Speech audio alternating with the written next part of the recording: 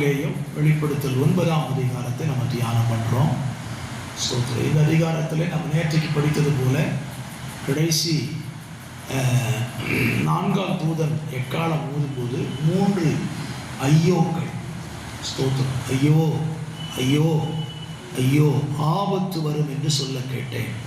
உபத்திர காலத்தில் கைவிடப்பட்டு போன ஜனங்கள் படப்போகிற உபத்திரவத்தை குறித்து தான் நம்ம இப்போ படிக்க போகிறோம். இப்போ 5ஆம் தூதன் எக்காலம் ஊதிட்டான். முதலாவது ஆபத்து வருகிறது. இந்த முதலாவது ஆபத்து எப்படி ஆரம்பிக்க பாருங்க. 1ஆம் வசனத்தில் ஸ்தோத்திரம், ஒரு நட்சத்திரத்தை கண்டேன் என்று சொல்லுகிறார். பைபிளில் நட்சத்திரத்தை பார்த்துட்டாலே என்ன சொல்லலாம் அப்படின்னு கேட்டால் அடையாளம் சொல்லலாம். ஏன்னா சாஸ்திரிகள் கிழக்கிலே நட்சத்திரத்தை கண்டு யூதருக்கு ராஜாவாய் பிறந்திருக்கிறவர் எங்கே என்று வந்தார்கள். ஸ்தோத்திரம். அவங்க நட்சத்திரம் யூதருக்கு ஒரு ராஜா பிறந்திருக்கிறார்கள் அடையாளத்தை காண்பித்து கொடுத்தது. அப்போ நட்சத்திரம் என்றாலே ஒரு அடையாளம், ஒரு ராஜா, ஒரு பிறக்கிறார் என்று அர்த்தம். அப்படியானால் இந்த இடத்துல சொல்லப்பட்ட நட்சத்திரம் யார் அப்படின்னு கேட்டீங்கன்னா, இவன் பிசாசும் கிடையாது, இவன் ஒரு தூதனாய் இருக்க வேண்டும் என்று வேதத்திலே சொல்லப்பட்டிருக்கிறது. லூக்கா சுவிசேஷம் 10ஆம் அதிகாரம் 8ஆம் வசனத்தை வாசிக்கலாம். லூக்கா சுவிசேஷம் 10ஆம் அதிகாரம் 8வது வசனம். லூக்கா 10:8.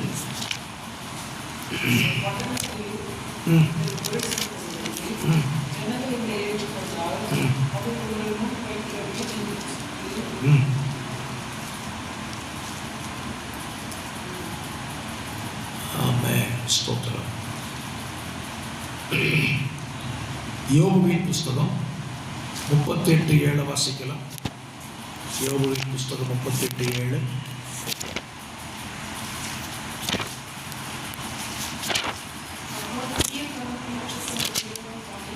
விடியற் காலத்து நட்சத்திரங்கள் ஏகமாய் பாடி. நட்சத்திரத்துக்கான ஒரு விளக்கம் தான் இது. முதல்ல சொன்ன வசனம் கிடையாது, தப்பாக போட்டிருக்கோம் நோட்ஸில். ஸ்தோத்திரம். அப்பொழுது விடியற் காலத்து நட்சத்திரங்கள் ஏகமாய் பாடி. நட்சத்திரம் பாடுமான்னு கேட்டால் அது நட்சத்திரங்கள் அல்ல, தூதர்கள். தூதர்கள் தேவனை பாடினார்கள். மத்தேயு சுவிசேஷம், லூக்கா சுவிசேஷத்தில் நீங்கள் வாசிக்கும் போது இயேசு கிறிஸ்து பிறந்த உடனே பரமசேனையின் துறள் தோன்றி உன்னதத்தில் இருக்கிற தேவனுக்கு மகிமையும் பூமியிலே சமாதானமும் மனுஷன் மேல் பிரியம் உண்டாதாக என்று சொல்லி பாடினார்கள். ஸ்தோத்திரம். ஒரு நல்ல செய்தி நடந்தால் பாடல் கேட்கும். ஆனால் ஒரு தீமையான செய்தி நடந்தால் பாடல் கேட்குமா அப்படின்னு கேட்டீங்கன்னா இன்னைக்கு கேட்குது.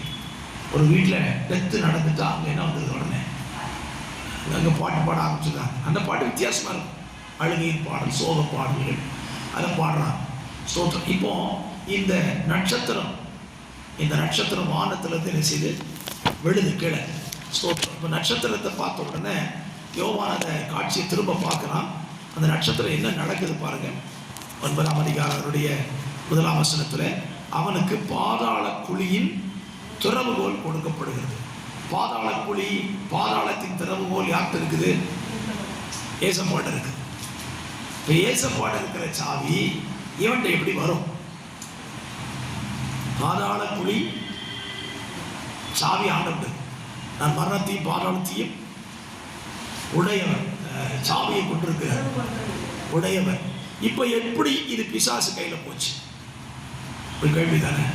இந்த வசனத்தை 2 விதத்தை புரிஞ்சுக்கங்க. என்ன பாதாளத்தில் அனுப்பணும்னா அது அவர் மட்டும்தான் முடியும். அந்த சாவி அவர் கையில் இருக்கு. சாத்தான் எங்கே? ஏற்கனவே எங்கே தான் இருக்கிறான். அவன் பாதாளத்தில் தான் இருக்கான். அவனுக்கு சாவினா அவன் நினைச்சவனை வெளியே வருவான், நினைச்ச நேரம் உள்ளே போவான். அவன் ஆல்ரெடி இருக்கிறான். அப்போ ஆண்டவர் கையில் இருக்கிற சாவி எது சாவி அப்படின்னா, என்னை நரகத்தில் தள்ள அவரால் மட்டும்தான் முடியும். அல்லேலூயா. பிசாசு என்ன நினைச்சாலும் சரி, என்ன அவனால் நரகத்தில் தள்ளவே முடியாது. தேவனை அனுமதித்தால் ஒழிய பிசாசு என்ன செய்ய முடியாது, என் மேலே கை வைக்க முடியாது. ஸ்தோத்திரம். இப்போ இவன் கையில் சாவியை கிடைச்ச உடனே இவன் போய் பாதாளத்தை என்ன செய்யறான்? திறக்கிறான். பாதாளத்தை திறந்த உடனே என்ன நடக்குது பாருங்க. 11ஆம் அதிகாரம் 7ஆம் வசனத்தை கூட வாசிக்கலாமா? 11:7.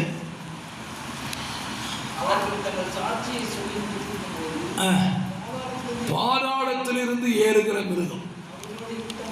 பிசாசை நீங்க பார்த்தீங்கன்னா அவனுடைய சஞ்சாரமே எங்க தான்? பாதாளம் தான். தோற்றம். அப்புறம் ஒரு கேள்வி, பிசாசு பாதாளத்தில் இருந்தால் அவன் எப்போ பாதாளத்துக்கு போனான்? பிசாசுக்கு இருக்கிற இடம் எங்க அப்படின்னு கேட்டா, எபேசியர் 6ஆம் அதிகாரத்திலே அப்போஸ்தலன் பவுல் சொல்லுவான், அவன் எங்க இருக்கிறான்? வான மண்டலங்களில் இருக்கிறான். ஆனால் வெளிப்படுத்தல் புத்தகத்தை எழுதும் பொழுது யோவானுக்கு கர்த்தர் சொல்கிறார், அவன் எங்கிருந்து வர்றான்? பாதாளத்திலிருந்து வருகிறான். ஸ்தோத்திரம்.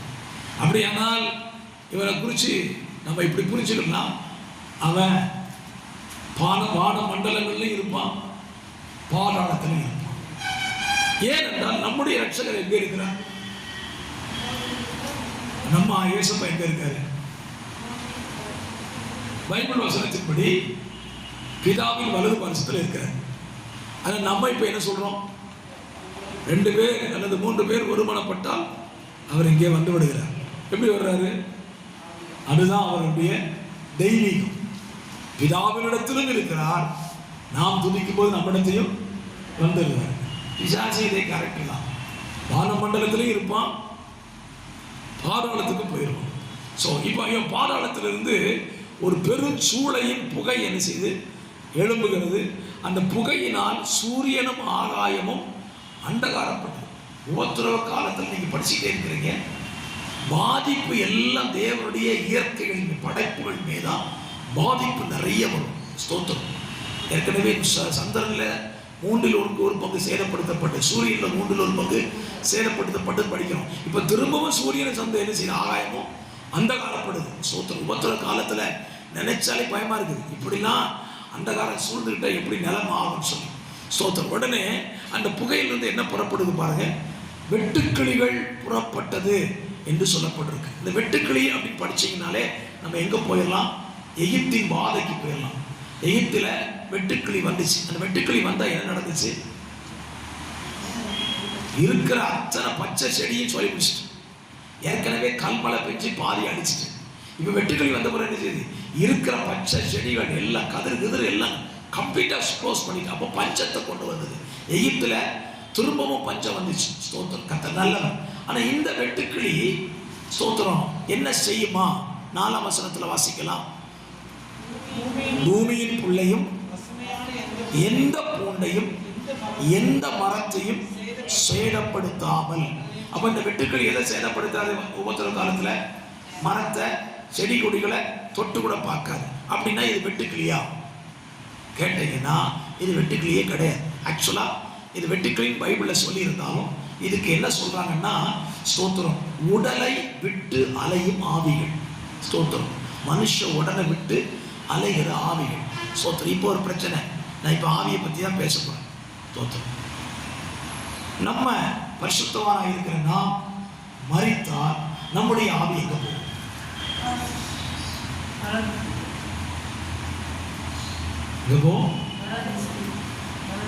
நம்ம ஆவியா? நம்ம ஆவி நரகத்துக்கு போமா?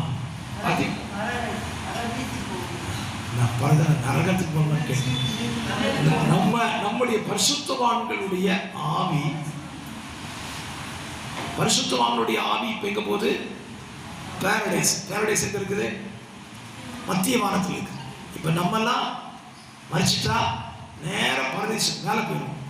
சரி, இயேசுவை ஏற்றுக்கொள்ளாதவனுடைய ஆவி எங்க போகுது? இயேசுவை ஏற்றுக்கொள்ளாமல் ஒரு மனிதன் மரிக்கிறான், அவன் ஆவி எங்க போகும்? நேற்றுக்கு நம்ம மீனா சிஸ்டருடைய ரிலேஷன்ல ஒருத்தர் இறந்துட்டாங்க. நேற்றுக்கு போகணும்னு நினைச்சா போக முடியல. அவங்க ஆவி எங்க போயிடும்? இயேசுவை ஏற்றுக்கொள்ளாமல் இருந்தா இவங்க ஆவி எங்க தான் போகும்? டைரக்டா நரகம் தான். இப்ப இதை யோசித்து பாருங்க. நம்ம ரொம்ப நேசித்து பழகினவங்க, அவங்க மரிக்கும் போது நமக்குள்ள தெரியுது இவங்க எங்க போயிட்டாங்கன்னு, நரகத்துக்கு போயிட்டாங்க. நம்ம வெளியே சொல்லுவோமா? சாவுல போய் ஆண்டவரே இல்லை 4 பேரை பார்த்து இந்த அம்மா நரகத்துக்கு போயிட்டாங்கன்னு சொன்னா நமக்கு உடனே நரகம் ரெடி, நம்மளை அடிச்சு பிரித்துருவாங்க. அப்போ இந்த ஆவிகள் எங்கே செல்கிறது அப்படின்னா டைரக்டா நரகம்.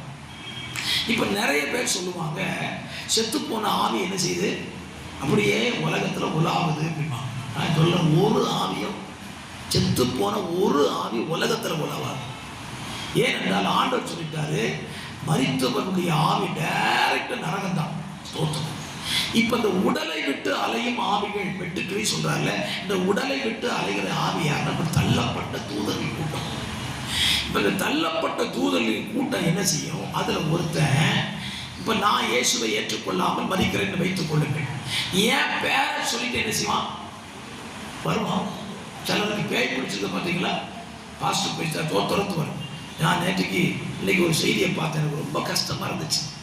ஏன் இந்த பாஸ்டர்மாரெலாம் இந்த அக்கிரமம் பண்றாங்கன்னே தெரியல. தயவு செய்து போதகர்கள் இதை புரிந்து கொள்ள வேண்டும். பிசாசை துரத்துறதுக்கு ரொம்ப பாடுபடாதீங்க. பைபிள் வசனத்துக்கு நான் சரியா கீழ்ப்படிந்தா, வசனத்துக்கு நான் கீழ்ப்படிந்தால் இயேசுவின் நாமத்துல போன என்ன செய்யறது, போயிடும். ஒரு ஊழியக்காரன் ஒரு பொம்பளை புள்ளைய பிடிச்சி தலையை பிடிச்சி ஆட்டுதார். தன்னுடைய வாயை அந்த புள்ள வாய் பக்கத்துக்கு வாயில் ஊதுறாரு, அப்புறம் வயிற்றை பிடிச்சி ஆட்டி தள்ளி விடுறாரு. இதெல்லாம் கொடுமையா இருக்கு. இதெல்லாம் பார்த்து தான் நிறைய பேர் என்ன செய்யறாங்க, ஆண்டவரை ஏற்றுக்கொள்ள மறுக்கிறாங்க, இடறி போயிடுறாங்க.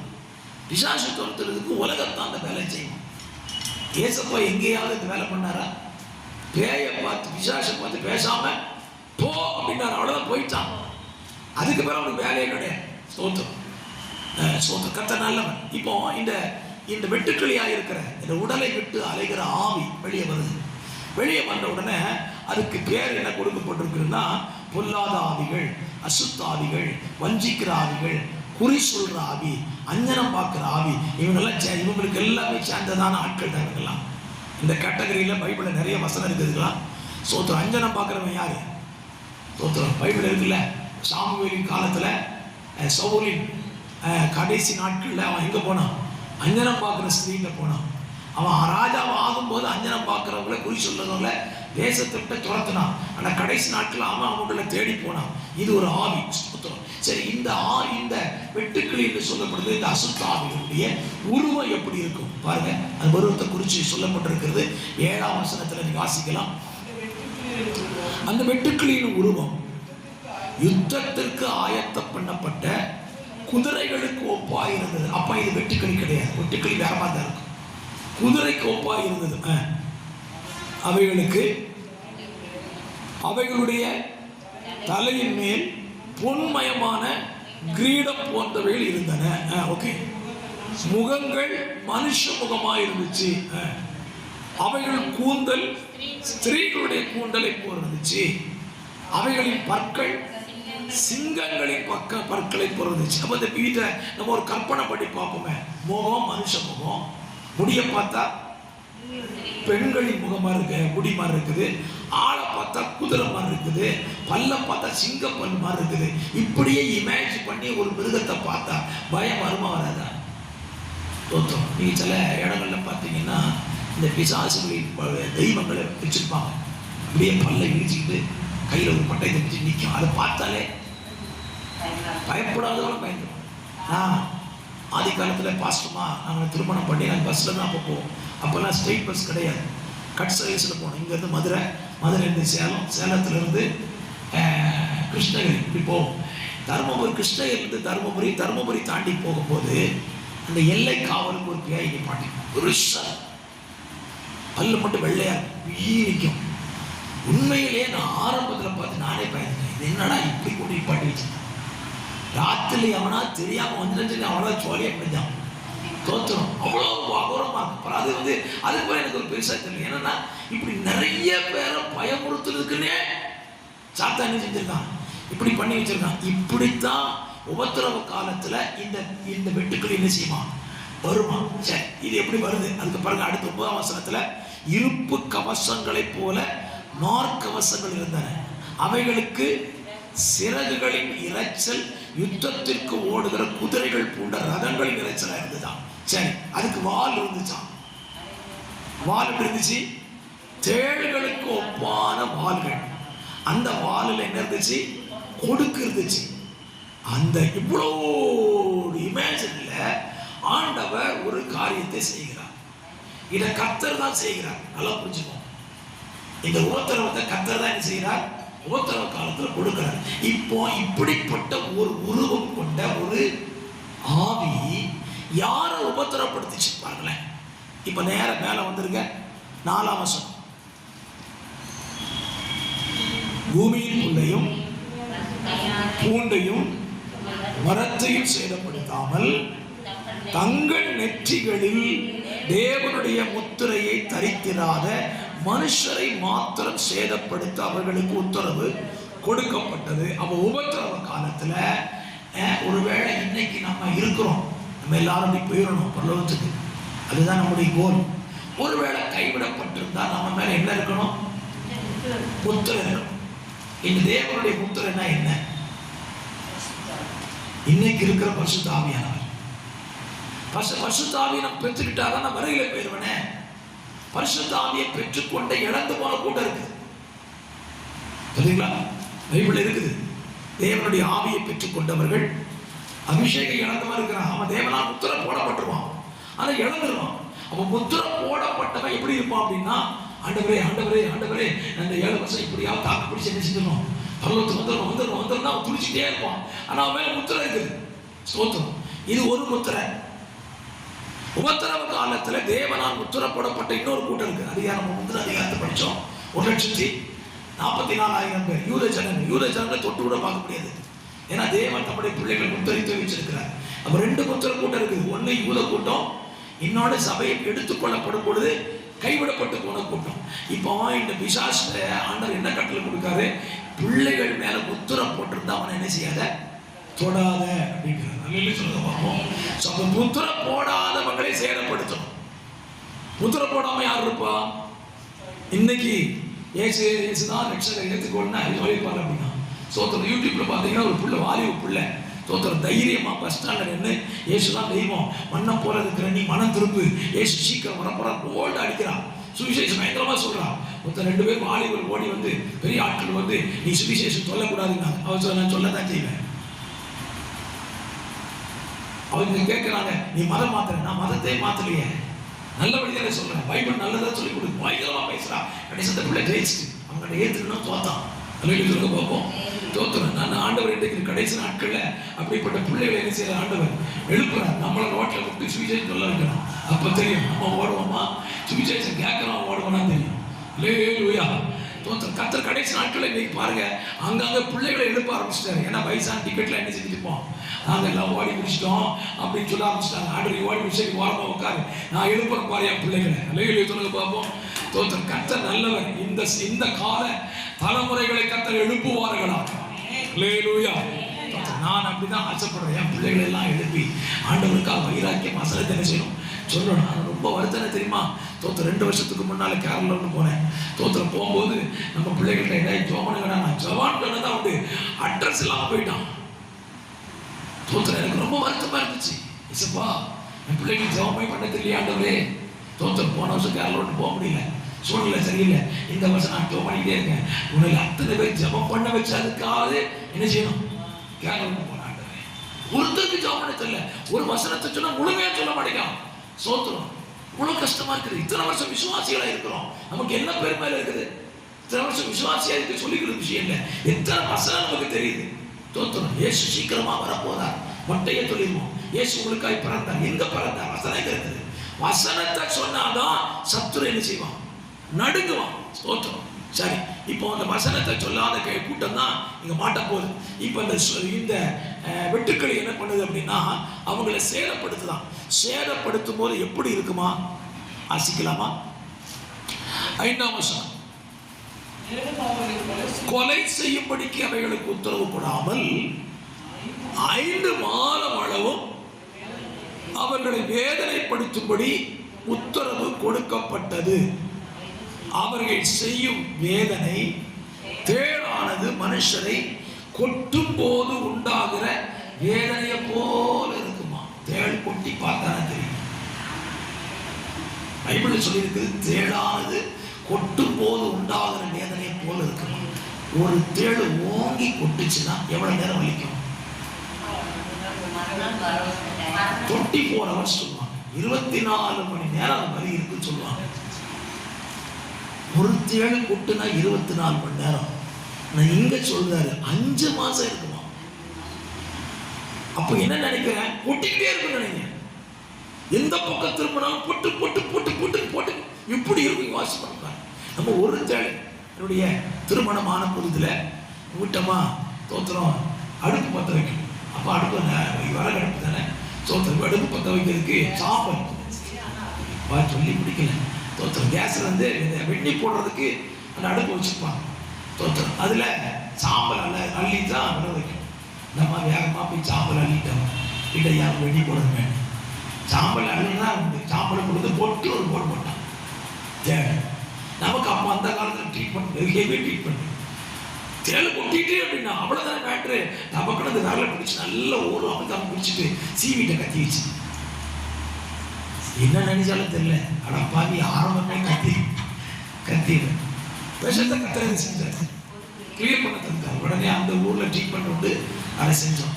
ஒரு கொட்டுக்கு நம்ம பாடுபடணுமே. இது 5 மாசம் கொட்டுமா. அப்போ இந்த ஒத்துற காலத்துல ஒத்துற போட நிலைமை யோசிச்சு பாருங்க. சாவை தேடியும் சாவு வராதான். அடப்பாவை கொட்டு தாங்க முடியல, போய் செத்துலாம் போனா அங்க சாவு வராதான். தோற்றம் ஆண்டவர் சொல்றாரு, இதெல்லாம் நீ என் சபைக்கு சொல்லி கொடுறா, இப்பவே மனந்தே போயிடும். இல்லையா தோத்திரம். நமக்கு இன்னைக்கு இருக்கிறதான ஒரு தேடு கொட்டுனாலே தாங்க முடியலையே. இப்போ ஒருத்தர காலத்துல போனா இவ்வளவு மோசமா இருக்கும். தோத்திரம். இப்போ இவருக்கு பேர் வைக்கிறார் பாருங்க. 11ஆம் வசனத்துல இவர்களுக்கு பேர், இவனுக்கு ஒரு ராஜன் உண்டு, அவன் பாதாளத்தின் தூதன். எபிரேய பாஷையிலே அபத்தோன் என்றும் கிரேக்க பாஷையிலே அப்பல்லியோன் என்றும் அவனுக்கு பெயர். அப்ப இந்த தேளை இயக்குறது எவன் தலைவன் இருக்கிறான், பிசாசுகளின் தலைவன். அவன் தான் இயக்குவான் பாருங்க. நம்ம ஆண்டவர்கிட்ட நான் ஒரு கேள்வி. தோற்ற ஆண்டவரே, இந்த முத்திரை போடாத உபத்திரப்படுத்துகிறது. அவன் யார் பிள்ளை? சாத்தானுக்கு பிள்ளை தானே. சாத்தானுக்கு பிள்ளையவே சாத்தானை வச்சு உபத்திரத்தை கொடுக்க பாருங்க. ஆண்டவர் தன் பிள்ளைகளை இன்றைக்கு சிக்ஷித்து தான் பிள்ளையா எடுத்துக்கிறார். தகப்பன் சிக்ஷியாத புத்திரன் உண்டோ. அப்ப ஆண்டவர் தன் பிள்ளைகளை என்ன செய்யறாரு, சிக்ஷித்து தன் பிள்ளைகளா மாத்திக்கிறார். ஆனா பிசாசு என்ன பண்றாரு, பிசாசை வச்ச பிசாசு பிள்ளை என்ன செய்யறாரு, போட்டு தள்ளுறாரு. 5 மாசம் உத்தரம். சரி, இப்ப 6ஆம் தூதன், 6ஆம் தூதனுடைய எக்காலத்தை வாசிக்க. அப்பொழுது தேவனுக்கு முன்பாக இருந்த பொன்பீடத்தில் 4 கொம்புகளிலும் இருந்து ஒரு சத்தம் தோன்றி எக்காலத்தை பிடித்திருந்த 6ஆம் தூதனை நோக்கி, ஐபிராத் என்னும் பெரிய நதி அண்டையிலே கட்டப்பட்டிருக்கிற 4 தூதர்களையும் அவிழ்த்து விடு என்று சொல்ல கேட்டேன். அப்பொழுது மனுஷரின் 1/3 பங்கை கொல்லும்படிக்கு 1 மணி நேரத்திற்கும் 1 நாளுக்கும் 1 மாதத்திற்கும் 1 வருஷத்திற்கும் ஆயத்தமாக்கப்பட்டிருந்த அந்த 4 தூதர்களும் அவிழ்த்து விடப்பட்டார்கள். குதிரை சேனைகளாகிய இராணுவங்களின் தொகை 20 கோடியாய் இருந்தது. அவைகளின் தொகையை சொல்ல கேட்டேன். குதிரைகளையும் அவைகளின் மேல் ஏறியிருந்தவர்களையும் நான் தரிசனத்தில் கண்ட விதமாவது, அவர்கள் அக்னி நிறமும் நீல நிறமும் கந்தக நிறமுமான மார்கவசங்களை உடையவர்களாய் இருந்தார்கள். குதிரைகளுடைய தலைகள் சிங்கங்களின் தலைகளை போலிருந்தன. அவைகளுடைய வாய்களில் இருந்து அக்னியும் புகையும் கந்தகமும் புறப்பட்டன. அவைகளுடைய வாய்களில் இருந்து புறப்பட்ட அக்னி, புகை, கந்தகம் என்னும் இம்மூன்றினாலும் மனுஷரில் 1/3 பங்கு கொல்லப்பட்டார்கள். அந்த குதிரைகளின் வல்லமை அவர்களுடைய வாயிலையும் வாள்களிலேயும் இருக்கிறது. அவைகளுடைய வாள்கள் பாம்புகளுக்கு ஒப்பானவைகளாயும் தலைகளுக்குள்ளாய்களாயும் இருக்கிறது.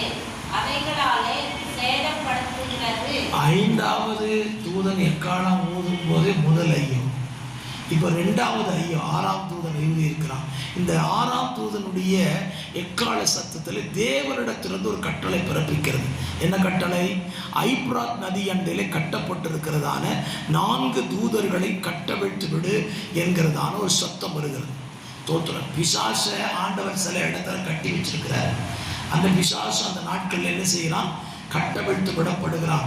கட்டவிழ்த்து விடப்பட்டால் அந்த ஸ்தோத்திரம் அந்த 4 தூதர்களை குறித்து இப்படி சொல்லியிருக்கிறாங்க.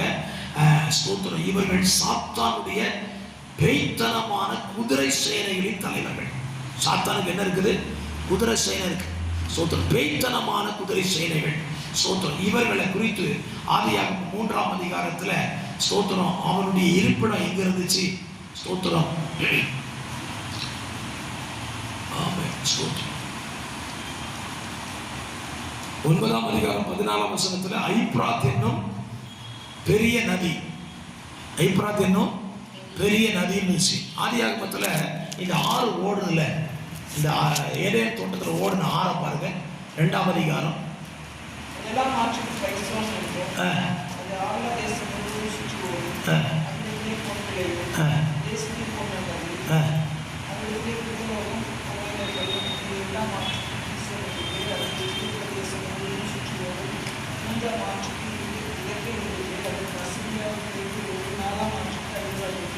நாலாம் ஆற்றுக்கு என்ன பேரு? ஐப்ராத்.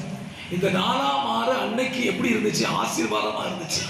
ஆனா உபத்திரவ காலத்துல இந்த ஐப்ராத் நதியில தான் யார் வருதா? சாத்தானுடைய தலைவன் புறப்படுகிறான். அவன் புறப்பட்டு தான் சேனைகளாய் அவன் என்ன செய்யறான்? புறப்பட்டு வருகிறான். ஸ்தோத்திரம். நீங்க இந்த சாத்தானுக்கு தூதர்களுடைய குதிரைகள் இருக்குமா அப்படின்னு கேட்டீங்கன்னா 1 ராஜாக்கள் 2ஆம் அதிகாரம் 11ஆம் வசனத்துல எலியாவை எடுத்துக்கொண்டு போவதுக்கு யார் வந்தா? ஸ்தோத்திரம், அக்கினிமயமான குதிரைகள் வந்துச்சு. பரிசுத்தவான்களை எடுத்துக்கொண்டு போகும்போது தேவன் குதிரைகளை அனுப்புகிறார். நிறைய அநேக பரிசுத்தவான்கள் மறிக்கும் போது சொல்லுவாங்க, ஸ்தோத்திரம், படுக்கையில கொடுப்பாங்க, சொல்லுவாங்க, சிரிச்சுட்டே சொல்லுவாங்க, தூதல் வந்துட்டாங்க, தூதல் சேனை வந்துட்டு, நான் ரெடியா இருக்கிறேன், நான் ஆயத்தமா இருக்கிறேன், நீங்க அழாதீங்க அப்படின்னு சொல்லுவாங்க. அது சிலருக்கு தான் அந்த பாக்கியம் கிடைக்கும். ஸ்தோத்திரம். நான் வேதாகம கல்லூரி படிக்கும் பொழுது அந்த நாட்களில் பாஸ்டர் தேவதாசனுடைய ஒரு பாஸ்டர் இருந்தார். அவர் இன்னைக்கு இருக்கிறார். அவருடைய தகப்பன் மரணத்தின் வாயில இருந்தார். ஸ்தோத்திரம். அவர் மறிக்கிற ஸ்டேஜுக்கு வந்துட்டார். அப்போ நாங்கள் பைபிள் காலேஜ் படிச்சுட்டு இருந்ததுனால அந்த இடத்துக்கு கூட்டிகிட்டு போனாங்க. அவங்களுக்கு அவர் மலையாளி, அதான் மலையாள பாடலில் பாடுங்கன்னு சொன்னாங்க. அங்கே பாடிட்டே இருக்கும்போது அவர் ஒரு கதை சொன்னாராம். அவங்க பிள்ளைகள்லாம் வச்சு, நீங்கள் யாரும் அழக்கூடாது, ஏசப்பா தூதர்லாம் என்ன செஞ்சுட்டாரு? அனுப்பிட்டாங்க, நான் ஆயத்தமாக இருக்கிறேன், நான் பல்லவ ராஜ்யத்துக்கு போயிடுவேன்னு சொன்னாங்க. நல்ல ஒரு மூத்த ஊழியர். அதே போல் என்னுடைய மாமியார் மறிக்கிறது கொஞ்ச நாளைக்கு முன்னாலேயே அவங்க சொல்லிட்டாங்க, தூதர் என்ன செஞ்சுட்டாங்க? வந்துட்டாங்கன்னு சொன்னாங்க. நான் ஒரு போதர் இடத்துல சொல்லும் போது அவரு சொன்னார், ஐயா சீக்கிரமா கிளம்பி போங்க, உங்க மாமியாரை அழைத்து கொண்டு போது தூத சேனை கிளம்பிச்சு அப்படின்னு சொன்னாங்க. என்னுடைய தகப்பனார் மறிக்கும் போது அந்த காட்சியை பார்த்திருக்கிறாங்க. அவ்வளவு பெரிய சந்தோஷம் பாருங்க. ஆண்டவர் தம் பிள்ளைகளை மறிக்கும் போது சாதாரணமா கொண்டு போறது எப்படி கூட குதிரைகளின் மேலே கொண்டு போகிறார். அப்படின்னா நான் சொல்றேன், அவர் பிள்ளையை அவர் குதிரை மேல கொண்டு போனா அவனுக்கு எகென்ஸ்டா இருக்கிற சாத்தான் என்ன வச்சிருக்கான்? குதிரைப்படை வச்சிருக்கிறான். ஸ்தோத்திரம், ஸ்தோத்திரம். இப்போ இந்த குதிரைப்படை, சாத்தானுடைய குதிரைப்படை என்ன செய்யுது அப்படின்னு கேட்டீங்கன்னா, ஸ்தோத்திரம், அந்த வெளிப்படுத்தல், ஸ்தோத்திரம், வெளிப்படுத்தல் புத்தகத்துல 9ஆம் அதிகாரத்துல இந்த குதிரைப்படை எத்தனை பேரை கொல்லுது பாருங்க. ஒரு தொகை போட்டிருக்குது, 20 கோடியா இருந்துச்சான். 20 கோடி பேரை கொல்றான்.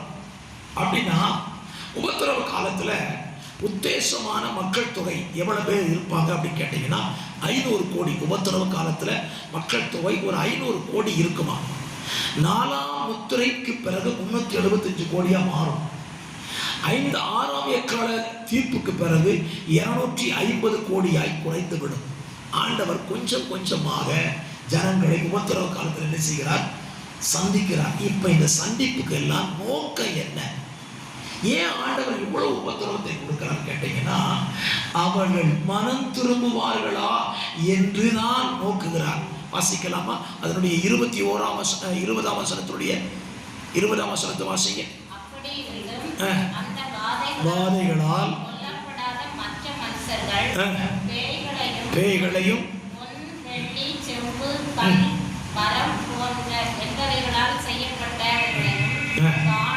காணவும் கேட்கவும்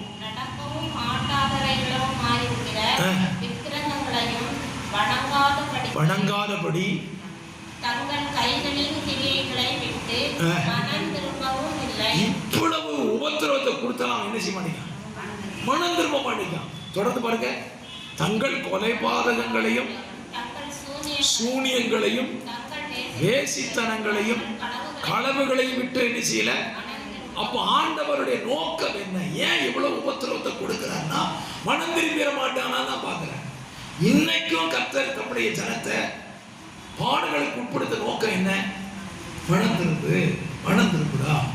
பைபிளை நீங்க புதிய ஏற்பாட்டில் தோத்திரம் நம்ம இந்த உபவாச ஜெபம் முடிக்கிறதுக்கு முன்னால புதிய ஏற்பாட்டில் மனம் திரும்பு அப்படின்னு எங்க இருக்குது, எங்கெல்லாம் இருக்குது அப்படின்னு கண்டுபிடிங்க. மனம் திரும்புன்னு வார்த்தைக்குள்ள ஸ்தோத்திரம் மத்தேயு சுவிசேஷத்துல கண்டுபிடிச்சிங்கன்னா ரொம்ப ஆசீர்வாதமா இருக்கும். ஆண்டவர் எந்த இடத்துல பார்த்தாலும் மனம் திரும்பு, மனம் திரும்பு, மனம் திரும்பு.